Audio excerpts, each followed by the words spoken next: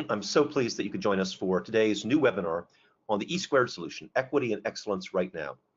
It's based on a new piece of research that I published that basically updates the last 20 years of my research in what you may recognize as the 90-90-90 schools that were 90% students from low-income families, 90% members of ethnic or linguistic minorities, and 90% or more of whom were meeting or exceeding state standards. It started with a small group of schools in the Midwest and now has expanded nationwide. And to be completely fair, as I acknowledge in this new book that'll be coming out later this year, I'm no longer the pebble in the pond. It is a number of researchers that really deserve credit for the extraordinary work that they've done in this area. I particularly want to acknowledge Heather Zadofsky's fine work on bringing school reform to scale, in which she systematically studied Broad Award winners like Norfolk Public Schools. I also want to acknowledge the wonderful work of Karen Chenoweth with Education Trust, who also published an entire series with Harvard Education Press. It's being done, getting it done, and so on. Not just about isolated islands of excellence, but about schools that had sustained reform over the course of time. So what you see today is the confluence of different researchers operating independently, but coming together on what I've called the ESquared Solution, Equity and Excellence Right Now. I hope you'll enjoy it. Before we get underway, I want to invite all of you to join us in Boston. June is one of the most beautiful times of year. We'll be within blocks of Fenway Park, the Boston Symphony, Centers of Culture, 275 years old, Trinity Episcopal Church. It's just a lovely venue. Not only would I like you to come to the summit, but I'm inviting everybody to come to my home on the second day of this summit. So I hope you'll consider joining us June 26th, 27th, and 28th. Would love to have you come to my home and enjoy our beautiful city, as well as learn from what I think is an all-star lineup. The reason this conference is so related to today's subject of equity and excellence right now is that we'll have an interesting juxtaposition of speakers.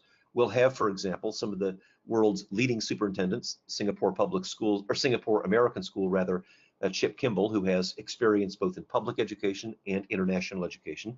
Dr. Jennifer Price, the head of what is one of the leading schools, if not the leading school in the world, Buckingham, Brown and Nichols. And then also Roger Leone, who is the leader of a magnificent turnaround, both as a principal, assistant superintendent, and now a superintendent in Newark, New Jersey. We'll have Kim Marshall, the editor of the Marshall Memo, probably the single best authority on educational research in the world right now. I hope you're subscribing to the Marshall Memo. Dr. Stacy Scott, many others. I'll be there as well. So I really hope you'll consider joining us. Bring a team. We'd love to have you, and I'd like to invite you over to my home as well. So please consider coming to Boston. I also want to share with you some free resources. I'll mention a few of these today, but there's videos, there's articles, there's research tools. They're all free at creativeleadership.net. I hope you're also subscribing to the blog. I can tell you that I really hit a nerve with one recently about how grading reform helps high-achieving students. The rap on grading reform, and some of you have heard me address this before, is that it lowers the DF rate, and sure enough, it does that. As recently as yesterday, I have 10 new documented schools of dramatic reductions in the DF rate, but it also helps high-achieving students, and that was a very unexpected finding, that an A really means an A. It gets kids ready for college in a much better way than traditional point accumulation. So if you're interested in a different take on the grading debate about how grading reform helps high-achieving students as well as struggling students, go to creativeleadership.net, click on resources, and click on the blogs. You might see some interesting things there as well. And of course, the continued interest in finishthedissertation.org, free, non-commercial support for doctoral students who are struggling. We have students around the world who would love to help you or colleagues, loved ones who are struggling with finishing their dissertations as well. So here's what we're going to accomplish together today. First of all, a research update, just a few things in the last couple of weeks that I've noticed that I thought you might find interesting. Then we'll talk about equity and excellence right now, and that is, how do we marry those twin goals together instead of having them be looked at separately? Then I'll share with you the 90-90-90 solutions, what was true before and what is true in this year as well. Deep into the 21st century, we're finding some long-term enduring practices that have a substantially good impact, not just in high poverty schools, but in all schools. And I'll give you an opportunity for any questions that you have as well. So let's talk about some recent research. This is a synthesis of 10 schools in a high poverty diverse system and they have decreased literally in one semester their DF rate. It's a statistic that their board follows very carefully, because friends, I'll tell you, that DF rate is a predictor of who's going to stay and who's going to leave in high school, who's going to have a lifetime of success and who's going to have a lifetime of dependency that everybody is going to pay for. Interestingly, we didn't have a one-size-fits-all approach. Some schools focused on getting rid of the average. Other schools went from a 100-point scale to a 4-point scale. Other schools changed their consequences for missing work. Other schools changed from traditional homework to getting practice done during the day. What was interesting is that they all focused on things that they could use. Teachers remained in charge. It's a great model of what I would call inside-out change. In other words, it wasn't top-down, it wasn't do it Doug's way, but a menu of choices, and as teachers chose, they became more engaged. And the best thing is local evidence of impact. How much is it? Well, I'm talking about 80% reduction in D's and F's. Yesterday afternoon, I saw one high school that went from a 47% DF rate out of a class load of more than 200 students, from 47% down to 14%. Now, friends, that is significant, and it helps everybody in the school when we have fewer failures, fewer repeaters. That leads to more electives, better classroom management, better classroom discipline. And here's the icing on the cake. The wrap on grading reform is, well, yeah, you have lower D's and F's just because you're a bleeding heart, Doug, and you feel so sorry for those kids, but that's just grade inflation. No, it isn't.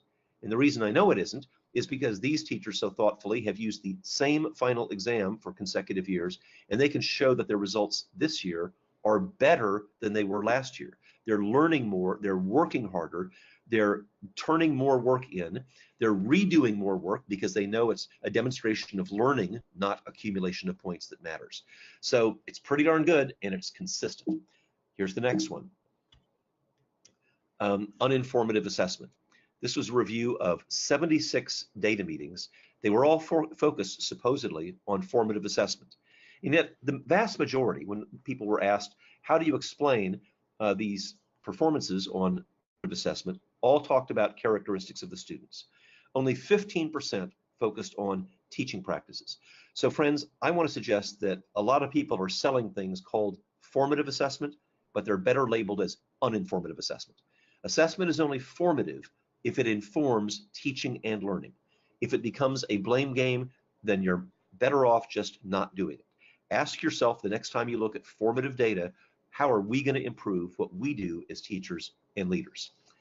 Here's a post that went viral, cheating our daughters. 4 toxic messages that our children, particularly our daughters, have received. They are as follows. Good girls get it right the first time. This starts very early. Good girls have got to be perfect. Good girls have got to get it right the first time. And you want to know what this means when they get to secondary school, to middle school and high school? They're afraid to turn in anything that is less than perfect. And so as a result, they can't admit what they don't know. A lot of so-called perfect homework is in fact copied, downloaded from the internet, because they're afraid to make a mistake and admit something less than perfection. When teachers, by contrast, have stopped grading homework and made it okay to turn in things that are less than perfect, then and only then do we have honest conversations about what kids don't know. Good girls know that if an A is good and A+ is better. I'm indebted to Dr. Lisa D'Amour, who published a few weeks ago in the New York Times this analysis, in which she said girls are often engaged in unproductive overwork. Going from an A to an A+ is basically mastery that they already knew, when they would have been much better served to do something outside of their comfort zone. Good girls know that if you can't say anything nice, don't say it. So here's the conversation I overheard in a middle school. I knew that Annika made mistakes in her essay, but I didn't want to tell her because it might hurt her feelings.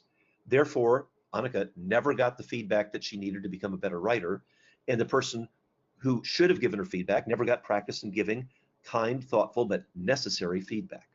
Good girls know that you got to be better than a man to do a job. I'm indebted to my lovely wife, Amy Reeves, for this bit of research, who said the following. If there's 10 criteria for promotion, then and a woman meets 8 of those 10, she'll say, gosh, I'm not qualified until I knock out those last 2. If a man meets 2 of the 10, he'll say, gosh, I can handle it. I can learn the other 8. That explains why women do so much better in school, in college. They're better disciplined, they study harder, they get better grades, they outperform boys academically. and yet they still have fewer than 5% of leadership positions in large public companies. That is because, Dr. DeMoore says, we teach our girls to be competent and we teach our boys to be confident. We've got to narrow that gap because doing well in school isn't good enough. In fact, I worry that what we reward in school is quiet compliance rather than the confidence and risk-taking that will be necessary for our girls and young women to experience leadership later on. I'm indebted to the New Teacher Project for this new bit of research. They called it the opportunity myth. Look at this. They studied 6 diverse urban systems. 94% of the high school students said they want to go to college. More than half earn A's and B's. 17% mastered grade level content. What a tragedy. And that's because they weren't asked to. In 40% of the classes that had a majority of low income and minority students, they never received a single grade level assignment. Now, friends, if we don't ask students to do grade level work, they'll never do grade level work. So I know that your rejoinder, well, how can I ask them to do grade level work when they're not reading on grade level? How can I ask them to do the Pythagorean theorem when they don't know how to add, subtract, multiply, and divide? I get that. But it's not an either or proposition. It's not all or nothing. There are students in the study who started the year below grade level and then received grade level instruction. They didn't close the gap in one day, but they did in 6 months. So the acid test I want to challenge you is this. Look at real student work, the work of students that make B's and C's. And if you say that C and B level work, which a student and their parents think is okay, is grade level work, I'm okay. But I'll tell you, friends, what I'm seeing. I'm seeing a ton of work that bears the mark of C or even B, and it is not close to grade level work. In fact, what I've started doing is to lay out different grade levels. Shouldn't we agree that 3rd grade, 5th grade, 7th grade should show a progression? It's not what I'm seeing. I've been in schools where the 5th grade level work is better than the 7th grade. And I've been in work where the 3rd grade level work is lower than the 1st grade. We've got to define with clarity, using real work, not standards, not rubrics, but real student work, what grade level work is. And one of the best ideas I can share with you is save student work this spring. Don't let everybody fill the dumpsters. Save student work. Finally, what colleges need now? I interviewed a number of college professors, and here is what they told me. And they didn't tell me we got to have kids who always are perfect and get it right the first time. By contrast, they said, we want students who can take and seek critical feedback the first week of class. Don't have your valedictorian think that just because he or she was perfect for the last 4 years, that's the expectation in college. They ought to be in that professor's office the first week of school saying, Professor, I don't understand this. I need help. I don't get this. And then when the professor says, you need to write better, you need to study more, then take that feedback without having it be a dagger in the heart. They need to advocate for themselves. Most colleges have got writing centers. They've got centers that'll help them research, centers that will help them learn how to study, get out of the dorm, get away from the video games, and have a quiet place to study. But they've got to advocate, not wait for some adult to send them there. Nonfiction writing. This is a theme you'll hear throughout this webinar, and you've heard from me before. Your engineering majors, your biology majors, and yes, your English majors all need to write more, and more particularly need to write to persuade, to describe, to compare. They got to close the computer and get some human time. Even in colleges like MIT, where they like computers, they have professors who are stopping the use of computers in class, at least for a period, so students learn to talk to each other, because too many of them have been weaned on screens. And they got to have exploration and curiosity. I know our kids in their college essays were told that they have to find their passion. No, they don't. They're kids. They're 17, they're 18. They don't know what their passion is yet. And even if they think they do, they will be well served by exploring, by being curious, by trying new things. I think it is a terrible trend in high schools right now that expect 14 and 15-year-old students to try to identify a career path and passion, when they need to be able to say, I tried this and I just really don't want to be a doctor. I really don't want to be in criminal justice. I don't want to be in engineering. Let them try different things. This is a time for exploration and curiosity, and college is the same. So finally, let us get to the main subject of today's work, and that is the ESquared solution. And what I mean by the ESquared solution is equity and excellence together. Now, this is really important because A lot of people have made these an either-or proposition. And let me tell you why I think it is so terribly important that we have to do both. I am really concerned, I'm really concerned that we are not doing both, because you'll have one group of people troop in and say, today we're going to talk about equity, and they'll go through some research-free equity ideas, and then that's done. Thank goodness that's over, the teachers say. Now we can go over and talk about academic excellence. No, stop academic excellence, go back to equity. I think that dichotomy is dangerously uninformed. And so what I want to do is get us past that and start talking about what I've called the ESquared solution. And here are some characteristics. When I say right now, let me be clear. I don't mean a 5 to 7 year plan. I mean 100 days. Literally between this coming summer and the end of this calendar year, you can make a difference in both equity and excellence. I also mean moving from external programs to internal ownership. I really want to push back on this notion that you always need an outside expert. I think people like me can help jumpstart the process, but I'll tell you, one reason I was so happy about these schools that I saw yesterday is their model of inside-out change. Let the teachers be the stars of the show. Let your most progressive administrators be the stars of the show. They can show it works with us, with our students, in our communities, with our union, with our parents. That's what I saw yesterday. So somebody like me can be a catalyst, but the real way to sustain this work is internal ownership, not just a series of seminars and external programs. The same is true for equity as well. And from a revolving door of leadership to internal sustained results. I want you to be able to say, even if superintendents changed, what are the long-term commitments, values, and beliefs of equity and excellence that we can sustain?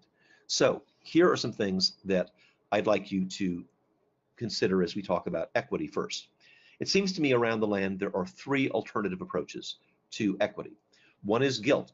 People stay in a seminar where the facilitator shouts at them until they dissolve into a puddle of tears, feeling guilty. Look, it's obvious that white privilege is real, but I've never seen any system get better or any person get better as a result of making them feel guilty alone.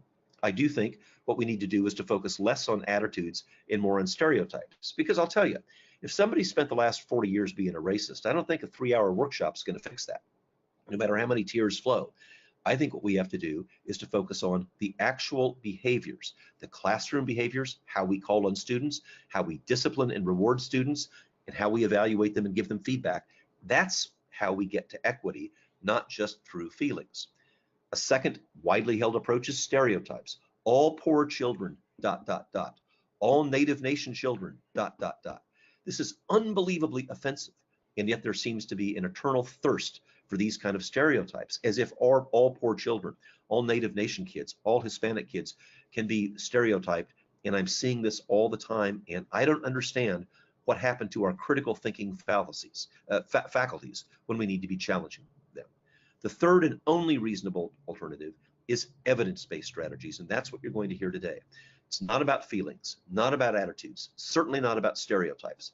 It's about what does the evidence say, including locally produced evidence that is most effective with our students to produce equity. So here is the update. Number 1, there has been replicability over time. You know, if you've heard me before, I talk about the typology of research that goes from personal beliefs, which are a sample size of 1 and evidence-free, all the way through to what I've called the preponderance of the evidence. And usually when I start a long-term research project, I am kind of a voice in the wilderness. But where we want to get to and where we are today is level 5, the preponderance of the evidence. Different researchers using different methods, some quantitative, some qualitative, some meta-analyses, some synthesis of meta-analyses, all of whom come to strikingly similar conclusions. It's really important that this is independent. None of it is commercially tainted. None of it is related to somebody trying to sell you a particular brand of textbooks. Oh, and just by the way, when it comes to equity, I'm a little bit tired of people saying, if we take a really bad textbook and put a black or brown face on it, now it's culturally responsive and culturally relevant. Let's be critical consumers. This research has got to be independent of publishers, always focused on what the evidence says.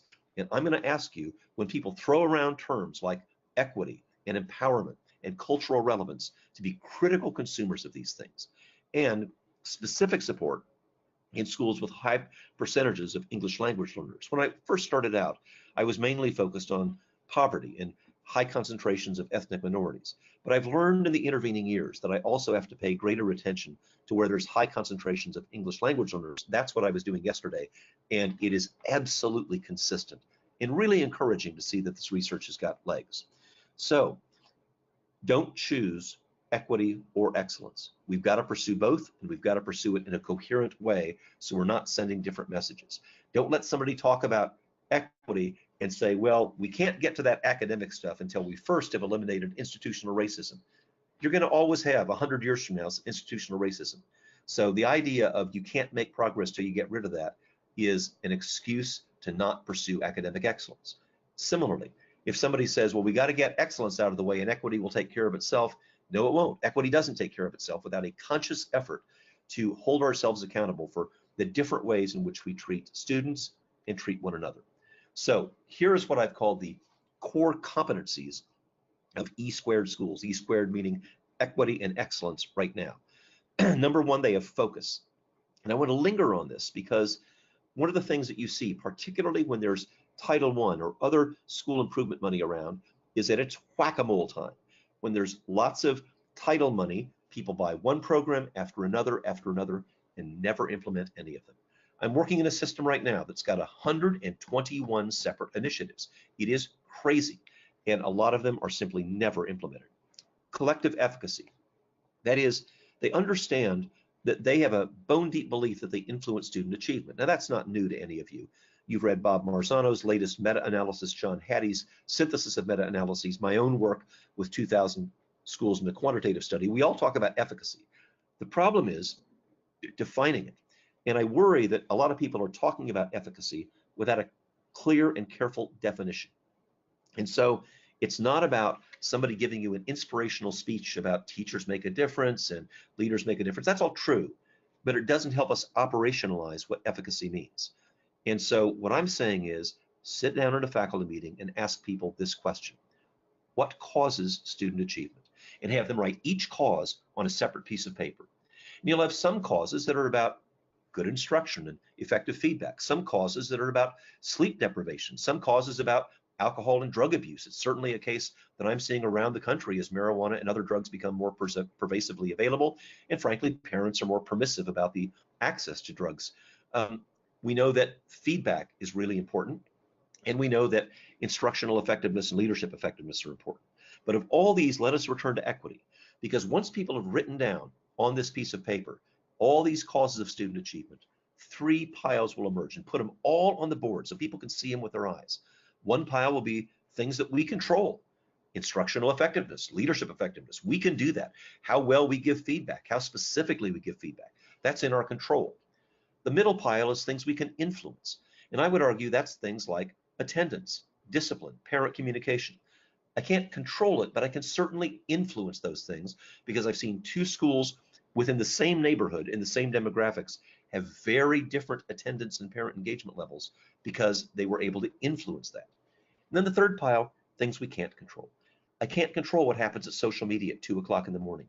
I can't control all the temptations of the street, not to mention the fact that some of my children don't have parents or grandparents. They're living on couches with cousins and aunts and uncles. There's a lot of stuff I can't control. But efficacy is all about those first 2 piles, things I can control and things I can influence. You want efficacy, define it clearly. No songs and dances, no inspirational speeches. Define efficacy, what we control and influence, with clarity. Now, another really important part of ESquared schools, equity and excellent schools, is the way that they do accountability. Now, if holistic is too nuts and berries for you, call it next generation accountability. The late Becky Dufour and I wrote an article about next generation accountability. But what Becky and I had to say was it's beyond test scores. In fact, Rick Dufour, Becky, and I co-wrote a book called Responding to the ESSA, because the ESSA has given us a golden invitation to make accountability more than test scores. Now, we know that there are other things beyond test scores that are important. How about early childhood? How about extracurricular activities? How about leadership and service? All those are important. One state so far, thanks Connecticut for this, by the way, is taking into account access to the arts as part of their ESSA accountability report. But you want to know what most states have done? It's what one senator told me was nothing more than No Child Left Behind 2.0. And if you didn't like No Child Left Behind, and we haven't recognized that ESSA has repealed No Child Left Behind, invited us to develop new accountability systems, then you can't blame George W. Bush anymore. You can't blame Congress for that. That's on us. And we've got to have the ability to create new accountability systems that, yes, have reading and math scores. I know that's part of the landscape, but it's not all of it. There's all these other things, including, by the way, what you and I do. Causes, underlying causes of teaching and leadership, which are invisible. It's all effect-based accountability, but if you want to have a holistic system, it will include observable causes, effective teaching and leadership that's there. And a good accountability system is not just an evaluation. It's a continuous feedback loop that lets us get better and better all the time. In other words, progress is not just year to year. Progress ought to be month to month. And there are ways that we can do that. We've helped systems create new accountability systems. And if you're looking for a lever that'll help your system get better, don't settle for the accountability system that is focused on test scores alone right now. We can do better. So what about the focus imperative? The evidence is clear. Schools with 6 or fewer priorities have significantly better gains over the course of 3 years. But most schools and districts are fragmented, and that is particularly true of schools with high concentrations of low-income students, high concentrations of students with special education needs, and high concentrations of schools with students who are not speaking English at home. Those are the characteristics that lead to fragmentation. One program after another program after another program with little being done. Interestingly, you see that in the curriculum as well. When I've evaluated in my great to greater research very high performing systems, high schools typically have 5, at most 6 classes. In low performing schools, it's very common that I see 7, 8, or 9. That is, of course, fewer minutes per period. So teachers are left trying to fire hose their students with more and more stuff, while the schools create the illusion that with 7 or 8 or 9 classes, now they've got all these choices. The paradox of choice is they get all these choices now and wind up having fewer choices for a lifetime, whereas the highest performing schools give students fewer choices now to have more choice for a lifetime. And I will tell you that leadership evaluation is some of the worst. I did a 36-state study, and leadership evaluation programs are fragmented, unfocused, and do not help leaders develop and get better. We can improve this. By the way, if you want a free tool that you can use, the Leadership Performance Matrix is a download from creativeleadership.net and plenty of research behind it. Maybe in a separate webinar or a separate conversation with you, I'd be happy to talk about how we can improve leadership development and evaluation. What about feedback? Many of you have heard me talk about feedback when it comes to students, but the acronym FAST for fair, accurate, specific, and timely applies to teachers and leaders as well. I will tell you, my friends, what is happening in classroom walkthroughs and rounds and evaluations, formal and informal, is a mess across the country. Nobody has ever been evaluated into better performance. But I have seen a lot of people use feedback to improve performance, if and only if the teachers perceive that the feedback is fair, and fairness is all about consistency. A lot of these casual observations are the Rudyard Kipling tale of 3 blind men and the elephant. 3 people walk into your classroom, they come away with 3 wildly different impressions, and the teacher wonders, what's that all about? It's got to be accurate. In other words, do I really see what I think I'm seeing? And if you want to improve the accuracy of your observations of classrooms in one little idea, don't talk until you've listened to the teacher. Don't send an email about what you saw. Ask the teacher, what do you think was going on when I was there? Because I think if we will listen to them first and then provide our perspective, we might have a lot more accurate understanding of what was happening in the class, in the context. It's got to be specific. When I go into a classroom, even if I'm there for 10 or 15 minutes, I count. There's 28 students in the class. 14 of them were actively engaged. 14 of them were off task and disengaged. That's pretty easy math. And I can say, I counted half the kids were engaged, half the kids were not. When I come back next time, I'd really like to see some higher levels of engagement. And here's how you might do that.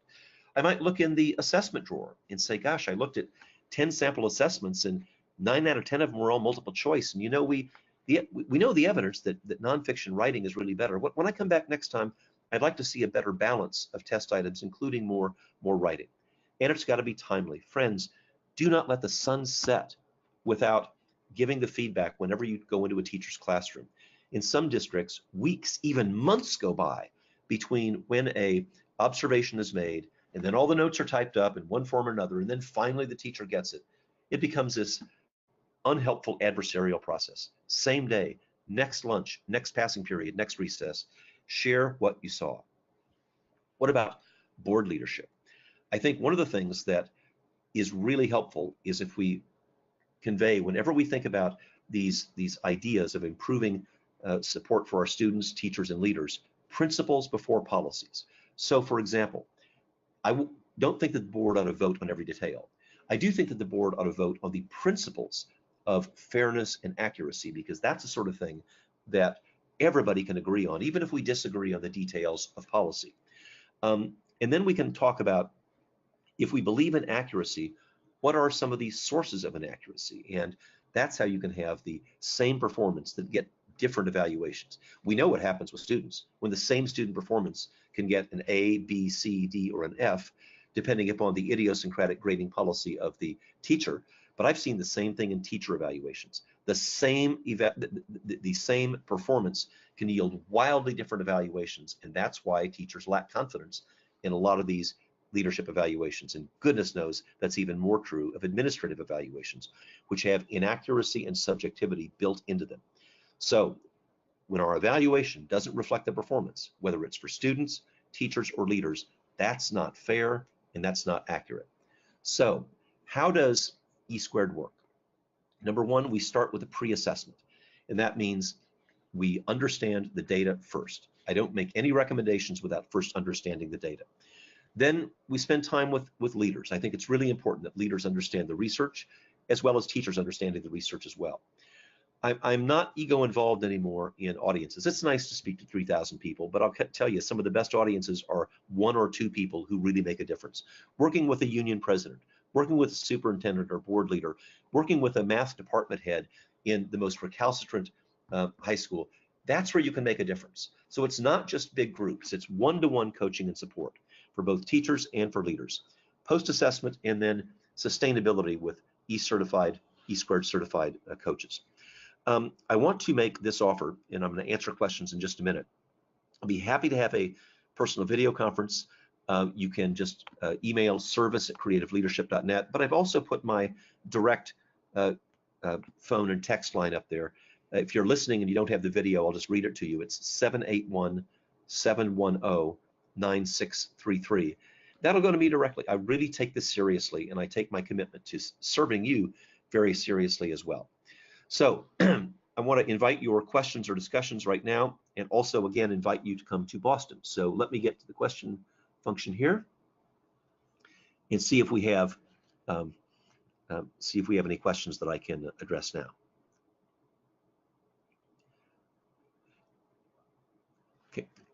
Okay, here's one. We have already been through 2 rounds of school improvement, a revolving door of leaders and teachers. Nothing works.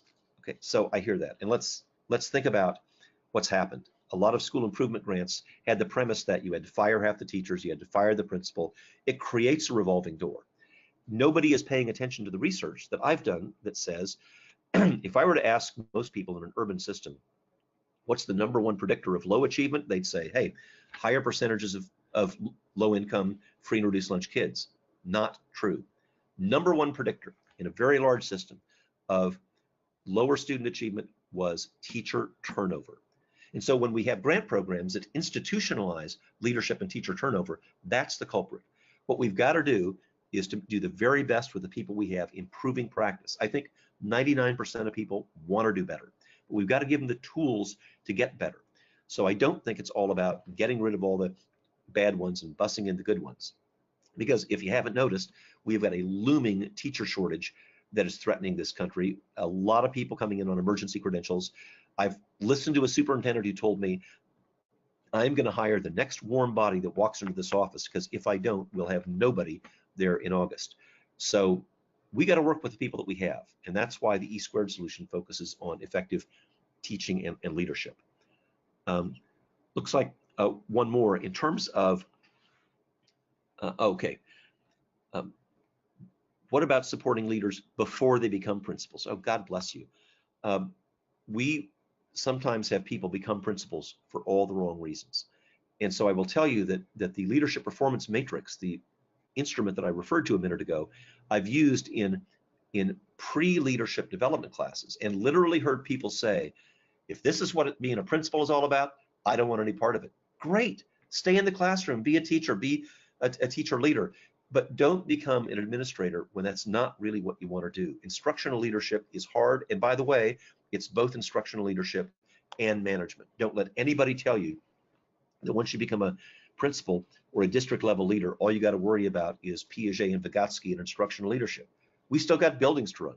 There's still discipline. There's still parent involvement. There's still budgets. And this nonsense that there's a leadership management dichotomy is 50 years old and unhelpful. Today's leaders have got to do both. And that's why in that leadership performance matrix, I talk about both those things. Well, I want to invite your continued communication with me, and I want to, again, just put up how to get a hold of me, 781-710-9633. We have got a world-class team of associates that can help your school and every other school, no matter where you are in the achievement spectrum, get better. We want to help you get from good to great and from great to greater, and we're not afraid to take on the toughest challenges in American education. Thanks very much for listening. Have a great rest of your day.